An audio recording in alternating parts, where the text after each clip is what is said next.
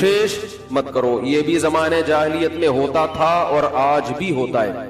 فلا تعضلوهن ان ينكحن ازواجهن. اگر تم نے چھوڑ دیا ہے اس کو, عرب اس کو غیرت کا مسئلہ بنا لیا کرتے تھے کہ ہم نے چھوڑا ہے تو اب ہم کہیں اور اس کی شادی نہیں کرنے دیں. ہمارا معاذ اللہ یوں کہتے تھے تھوکا ہوا مال, جیسے آج بھی لوگ کہتے ہیں ہم نہیں کہیں اس کو نکاح کرنے دیں گے. اس سے بھی قرآن نے کیا کیا, منع کیا. اور اس سے بھی منع کیا کہ اپنی مرضی سے زبردستی اس کا نکاح بھی مت کراؤ طلاق یافتہ کا. ینکحن ازواجہن, اپنے سلیکٹڈ شوہر سے نکاح کرنا چاہتی ہے تو تم کباب میں ہڈی بولو نہیں بنو. یعنی اس کو یہ رائٹ ہے کہ وہ جہاں چاہے نکاح کرے. یہ بھی خرابی ہے آج کل. بعض علاقوں میں یہ خرابی ہے کہ بیوہ کو یا طلاق یافتہ کو نکاح تو کرنے دیتے ہیں, لیکن بعض علاقوں میں دستور ہے نکاح ہمارے ہی خاندان میں ہوگا, آپ ہمارے خاندان سے باہر نہیں جا سکتی. اس کو بھی قرآن نے کیا کیا, بولو ختم. نکاح بھی سے بھی نہیں روک سکتے, اور نکاح بھی وہاں ہوگا جہاں آپ نہیں بلکہ یہ چاہے. اس میں اللہ نے عمر کی کوئی قید نہیں لگائی. 40 سال کی بیوہ یا طلاق یافتہ ہو, 50 سال کی ہو, 55 سال کی ہو, یہ تمہارا ہیڈ ایک نہیں ہے. تمہیں زیادہ ٹینشن لینے کی ضرورت نہیں ہے. لوگ بڑی ٹینشن لے رہے ہوتے ہیں کہ تمہیں ضرورت کیا ہے, اب 4 بچے ہیں تمہارے, 5 بچے ہیں, اس عمر میں تمہیں شادی کرتے ہوئے شرم نہیں آتی. چھوڑو بھائی, کیا ضرورت ہے.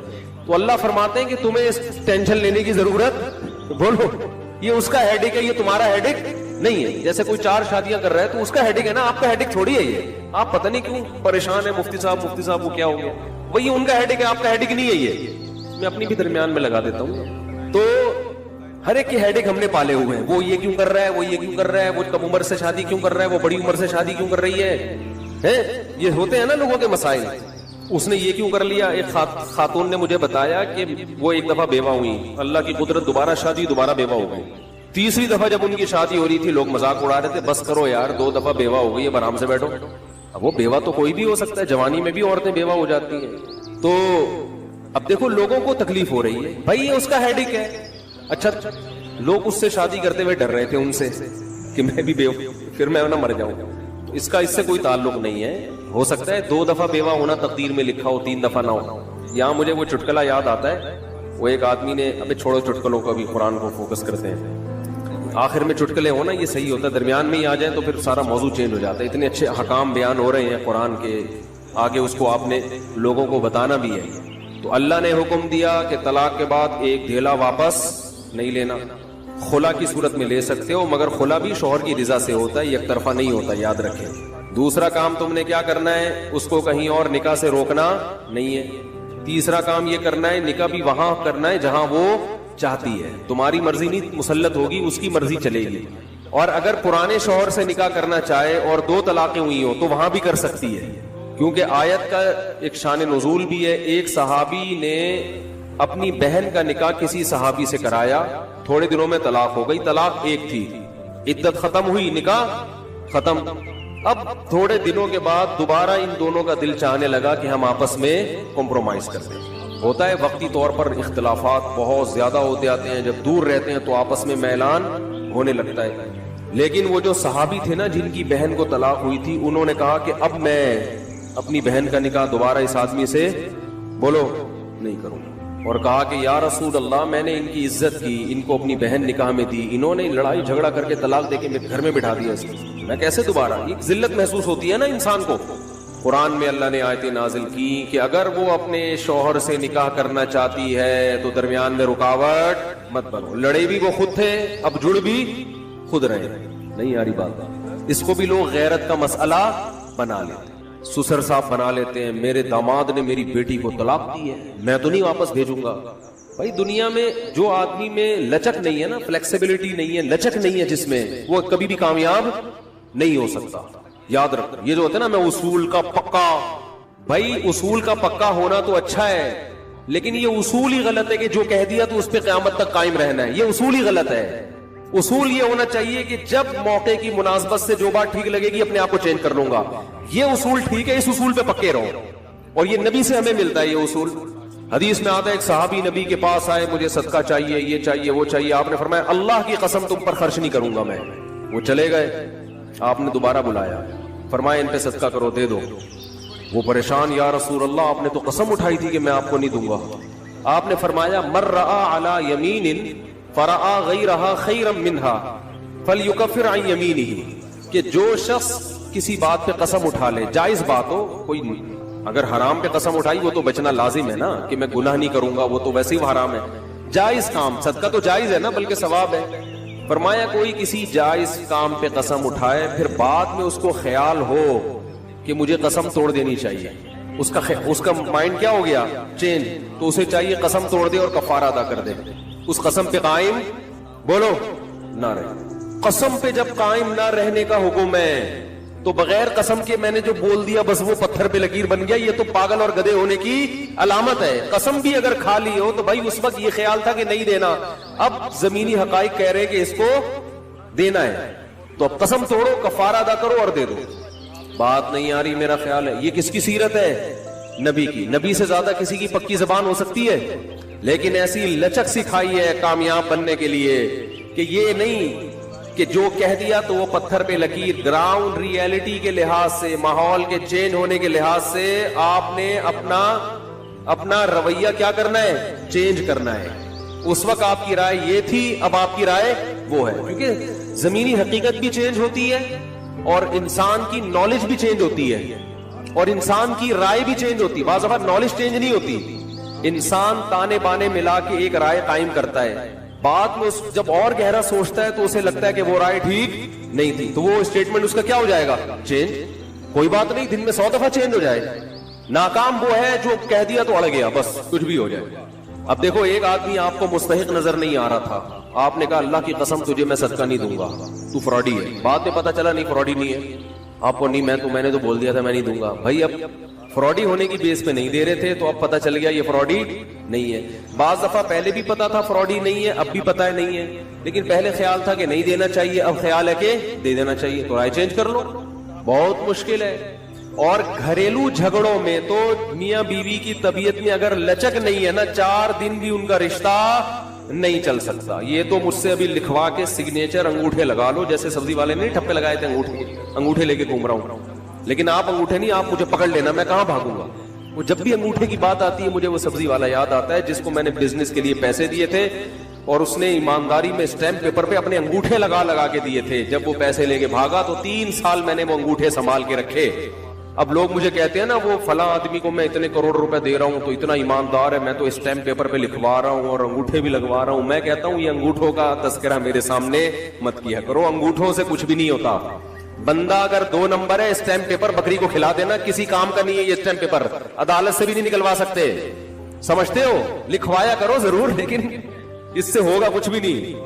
عدالت انگوٹھا دیکھ کے بولے گی بٹ ٹھیک ہے انگوٹھا، اب انگوٹھے کو پکڑ کے جیل میں ڈال دو، بس انگوٹھے کو دیے تم نے پیسے، بندہ تو پکڑائی میں آئے گا ہی نہیں، آ بھی گیا تو کچھ بھی نہیں کر سکتے۔ عدالت کہے گی دیے کیوں تھے؟ تو پیسہ دینے سے پہلے 100 دفعہ سوچا کرے۔ خیر، تو کیا بات چل رہی تھی؟ ابے انگوٹھے کی بات کہاں سے آئی؟ ہاں، لچک پیدا کرنا چاہیے۔ میاں بیوی کا رشتہ تو ایسا ہے کہ اگر آپ کہنے کہ جو میں نے کہہ دیا بس وہ کیا ہے، آرڈر از آرڈر، تو بھائی اس کا مطلب آپ میدان جنگ میں کھڑے ہوئے ہیں، دشمن کی فوجیں آپ کے سامنے اور آپ ایک فوج کی کمانڈ کر رہے ہیں کہ گولی چلانے کا آرڈر دیا تو کیا کرنا ہے؟ یہ گھر ہے، یہ میدان جنگ بولو نہیں ہے۔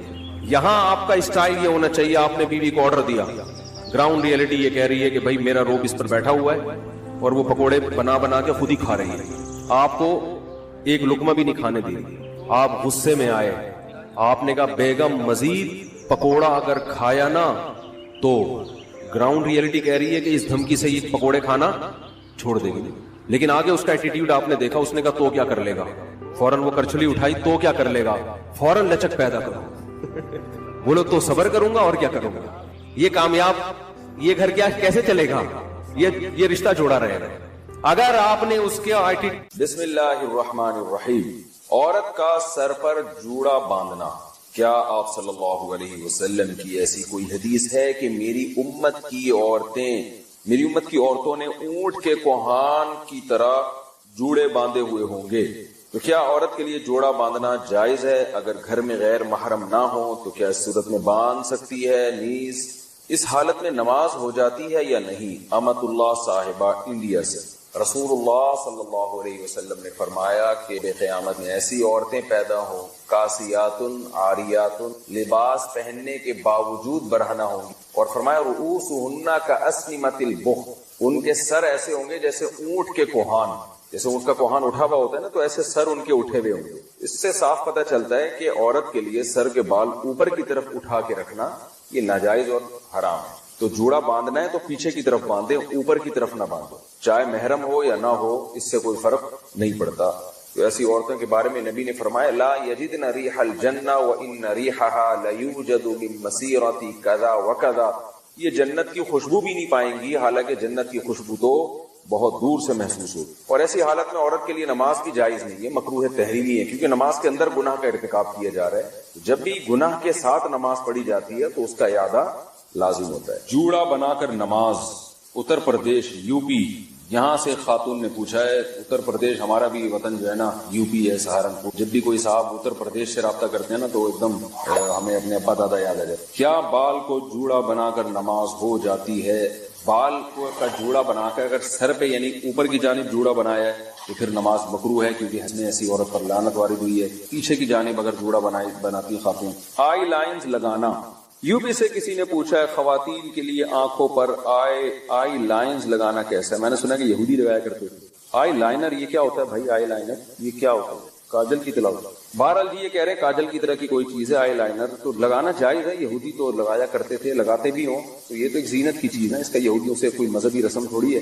باقی اس میں یہ دیکھ لینا چاہیے کہ کوئی ایسی چیز لگانا کہ اس کی تہ جم جائے اور وضو کا پانی اس میں نہ جائے تو ناجائز ہوگا، جیسے نیل پالش۔ اور اگر صرف زینت برائے زینت ہی ہے یا مینسز کے دنوں میں خواتین لگا رہی ہیں کہ وضو کا کوئی مسئلہ ہی نہیں ہے تو پھر بلا کراہت جائز ہے۔ خلاصہ یہ کہ یہودیوں کی وجہ سے یہ ناجائز نہیں ہے۔ پانی پہنچے نہیں پہنچے وہ آپ خود تحقیق کر لیں کہ اس میں پانی پہنچتا ہے کہ نہیں پہنچتا، اور پانی پہنچتا ہے یا نہیں پہنچتا اس کا ایک سادہ پروسیس ہے کہ آپ کاغذ پہ کسی بھی ایسی چیز کو لگائیں جو آپ نے جسم پہ لگانی ہے نا، کاغذ پہ لگائیں، جب وہ خشک ہو جائے تو پانی ٹپکائیں، تو پانی کا قطرہ اگر جذب ہو جاتا ہے اندر تو اس کا مطلب پانی پہنچ رہا ہے، جذب نہیں ہوتا تو اٹ مینس پانی نہیں پہنچ رہا۔ واٹر پروف کاجل یا آئی لائنز میں وضو کا حکم۔ کاجل میں آئی لائنر میں واٹر پروف لکھا ہوا ہوتا ہے، ایسا نہیں ہے کہ اس میں کوئی پلاسٹک لگتی ہے، پلاسٹک دکھتی ہے، لیکن اس پر یہ لکھا ہوتا ہے، تو کیا اسے لگا کر وضو اور نماز ہو جاتی ہے یا نہیں؟ اگر واٹر پروف ہے صاف مطلب ہے کہ اس کے اندر پانی نہیں جائے گا، اور جب پانی نہیں جائے گا اس کے اندر تو پھر وضو نہیں ہوگا، نماز بھی نہیں۔ شوہر کی خواہش پر آئی بروز بنانا، اگر شوہر کی خواہش ہو تو کیا بیوی کے لیے آئی برو بنانا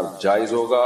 مسز خان کراچی سے، نہیں جی جائز نہیں ہے۔ نبی صلی اللہ علیہ وسلم نے لعنت فرمائی ہے ان عورتوں پر جو اپنی جو آئی بروز ہیں، بھویں ہیں، ان کے بال نوچتی ہیں، چونکہ یہ تغییر خلق اللہ ہے، اللہ کی تخلیق کو بگاڑنا ہے، تو حرام باتوں میں شوہر کی اطاعت جائز نہیں ہے۔ البتہ کسی خاتون کی آئی برو بالکل ایک عام معمول سے ہٹ کر ہو، بہت ہی زیادہ بھدی ہوں جیسے کہ جو عام طور پر ہوتی نہیں ہے، تو اس کو اتنا کر لینا کہ وہ نارمل بن جائیں، اس میں حسن پیدا ہو جائے وہ نہیں، لیکن نارمل کنڈیشن میں آ جائے تو اس کی گنجائش ہے، لیکن یہ بہت کم عورتوں میں ایسا ہوتا ہے۔ یہ میں اس لیے وضاحت کر رہا ہوں کہ ایسا نہ ہو کہ خواتین ہر خاتون یہ سمجھیں کہ جی میری کیونکہ آئی برو جو ہے وہ باریک نہیں ہے، موٹی ہے، تو میں نوچنا شروع کر دوں، تو نارملی ایسا ہوتا نہیں ہے۔ بہت ہی زیادہ کسی کی بھدی ہو تو ایک الگ بات ہے۔ عورت کے لیے گھر میں سر کھلا رکھنے کا حکم۔ بنت عبداللہ اتر پردیش انڈیا سے، اتر پردیش یو پی، جہاں ہمارے باپ دادا بھی یو پی سے ہی آئے ہیں، سمسار پور سے، تو یو پی سے انہوں نے پوچھا، یو پی سے جب کسی کا فون آتا ہے نا تو وہ جو اردو بولتے ہیں مجھے بڑی اچھی لگتی ہے، کیونکہ مجھے اپنے والد اور دادا یاد آتے ہیں اس میں، دادی، وہ ہماری دادی اور والد جو اردو بولتے تھے نا وہ بالکل وہی اردو تھی جو اب یو پی سے کسی کا فون آتا ہے تو وہ جو اردو بول رہا تھا مجھے بڑا اچھا لگتا ہے ان کا اردو بولنا، کیونکہ مجھے اپنے والد صاحب اور والدہ اور اپنی دادی جو ہمارے پرانے بزرگ دنیا سے جا چکے ہیں، اللہ تعالیٰ ان سب کی مغفرت فرمائے، ان سے جو ہم نے اردو سنی تھی وہ ایکسنٹ اور وہ لب و لہجہ ہمیں یو پی سے مل رہا ہوتا ہے، بڑا اچھا سا محسوس ہوتا ہے۔ کئی دفعہ جو یو پی سے کسی کی کال آئے تو میں ان کو کہتا بھی ہوں کہ آپ تھوڑی سی بات کریں، مجھے بڑا مزہ آ رہا ہے، مجھے ایسا لگ رہا ہے جیسے میرے والد صاحب کی یاد تازہ ہو رہی ہے، والدہ کی، اور جو ہماری دادی وغیرہ جو اردو بولا کرتی تھی۔ ہماری تو اردو ظاہر ہے وقت کے لحاظ سے چینج ہو گئی، لیکن وہ جو یو پی کی اردو تھی نا وہ آج بھی یو پی والے وہی اردو بول رہے ہیں، ان کی اردو میرا خیال ہے چینج نہیں ہوئی ہے۔ تو انہوں نے کہا ہے کہ عورت کے لیے گھر میں سر کھلا رکھنے کا حکم۔ کیا گرمی کی وجہ سے لڑکی گھر میں والد اور بھائی کے سامنے صرف گلے میں دوپٹہ ڈال سکتی ہے؟ اگر سر نہ ڈھانپے تو کوئی حرج تو نہیں ہے؟ جائز ہے، سر چھپانا والد اور بھائی کے سامنے لازم نہیں ہے، لیکن بہرحال حیا عورت کی زینت ہے، اگر سر پہ چادر ڈال لیں تو اچھا ہی ہے، یہ برا نہیں ہے، بعض گھروں میں تو اس کا بڑا خیال کیا جاتا ہے. تو شریعت نے گنجائش ضرور دی ہے کہ عورت سر کے بال کھول سکتی ہے لیکن اپریشیٹ نہیں کیا. تو اگر چادر سر پہ رکھیں تو زیادہ اچھی بات ہے, لیکن کوئی فرض نہیں ہے. اذان کے دوران سر پر دوپٹہ لینا, کیا اذان کے وقت سر پر دوپٹہ نہ لینا گناہ کا باعث ہے؟ نیز اگر کوئی ضروری بات ہو رہی ہو یا قرآن کی کلاس ہو رہی ہو تو کیا اذان کے وقت اسے جاری رکھنے کوئی حرج تو نہیں؟ بنت اجمل بہاول نگر. دیکھیں, دوپٹہ لینا کوئی اس میں تو حکم نہیں اذان کے دوپٹہ لینے کا. البتہ اتنی بات ہے, یہ بات ثابت ہے کہ شاعر اسلام کا احترام لازم. وَمَن يُعَظِّمْ شَعَائِرَ اللَّهِ فَإِنَّهَا مِن تَقْوَى الْقُلُوبِ. قرآن کہہ رہے کہ جو بھی شاعر اللہ کی تعظیم کرتا ہے, احترام کرتا ہے, تو یہ دل کے تقوی. اب احترام کا کوئی خاص طریقہ قرآن نے نہیں بتایا, یہ عرف پر چھوڑا گیا. تو اذان کے شاعر اسلام میں سے اس کا احترام کرنا چاہیے. تو ظاہر خواتین کے لیے احترام کا یہی طریقہ ہے کہ سر پہ چادر لیں, تھوڑا سمٹ جائیں, تھوڑا ایک یعنی وقار ظاہر کریں. اس لیے خواتین کو اذان کے وقت دوپٹہ لازمی نہ چاہیے. رہا یہ مسئلہ کہ دوپٹہ نہیں لیں گی تو گناہگار ہوں گی, تو گناہ تو نہیں ہے, لیکن یہ عمل بہرحال قابل ملامت ہے. تھوڑا سا انسان کو اللہ کے نام کا خیال کرنا چاہیے, خاص طور پہ جب عرف بھی ہو کہ اذان کا اسی طرح سے احترام کیا جاتا ہو.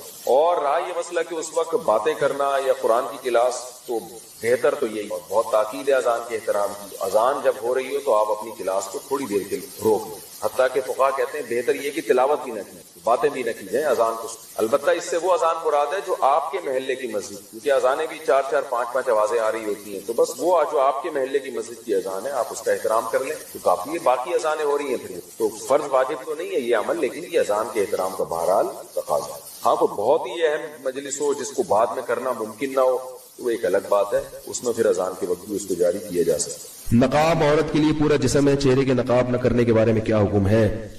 دیکھیے, اسلام میں پردے کے مختلف درجات ہیں. اسلام میں پردے کے مختلف درجات ہیں. ایک درجہ تو یہ ہے کہ عورت اپنے آپ کو اتنا چھپا دے کہ اس کی چادر پہ بھی مرد کی نظر نہ پڑے کبھی بھی, تو یہ سب سے اعلیٰ درجہ ہے. بعض صحابیات ایسی ہوتی تھی وہ ان کو کبھی کسی مرد نے دیکھا ہی نہیں, ان کو مخدرات کہا جاتا تھا. لیکن ظاہر ہے یہ وہی خواتین ہو سکتی ہیں جن کا پھر مردوں سے کوئی لین دین نہ ہو, یا معاشرے میں کوئی. حضرت عائشہ رضی اللہ تعالی عنہا تھی, انہیں چونکہ مسائل بتانے ہوتے تھے تو وہ آواز کا پردہ نہیں کرتی تھی, وہ بتاتی تھی مسائل پردے کے پیچھے سے.